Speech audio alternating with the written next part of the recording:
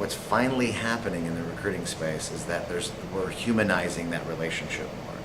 You know, the whole candidate experience has been lost for such a long, long time. When people are applying for jobs, the complaint has always been like, there's two things that don't happen. There's no acknowledgement that I applied for the job, regardless if I'm qualified or not, and there's no closure. So if I'm in the running at all, you know, at some point, am I going to be told whether or not I'm being hired? And I think that part of it's finally changing. I think with social media and the flattening of the world and this transparency that's come about, we're getting the recruiting industry, and it's gotten leaner and meaner because a lot of recruiters, unfortunately, have lost their job during this latest downturn, just as they did in the dot-com bust.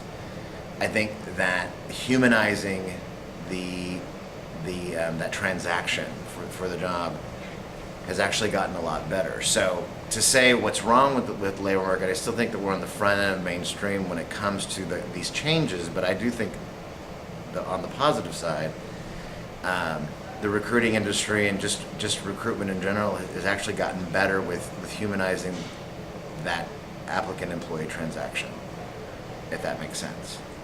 Could you talk a little more about humanizing and how it can be done? So I guess what I mean is and this connects with technology because it's a global virtual world these days, right? Uh-huh. So we've got a company of 10 people could be global. You can have a team in Croatia, you can have a team in Canada, you can have a team here in the Bay Area.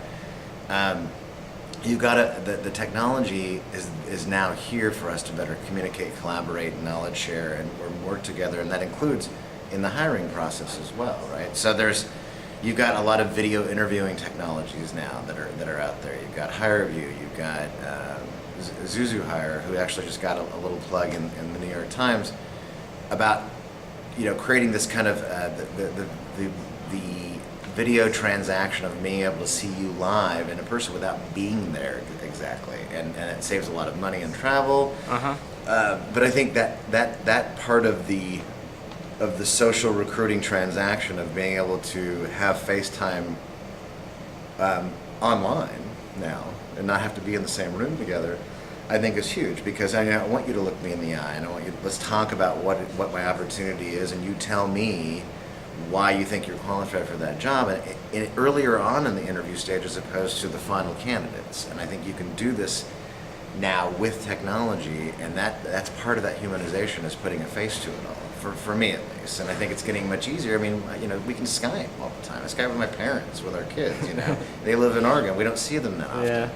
So we can see each other. We can make that transaction a little bit more friendly, and I think part of it is that employers are getting better at doing that, but also the applicants themselves need to have more self-management and ownership of their own careers too, and that means having a better online brand. That means being able to use that same technology so I can network myself into an organization, as opposed to just applying online and sitting and twiddling my thumbs and thinking to myself, why did I never get a call?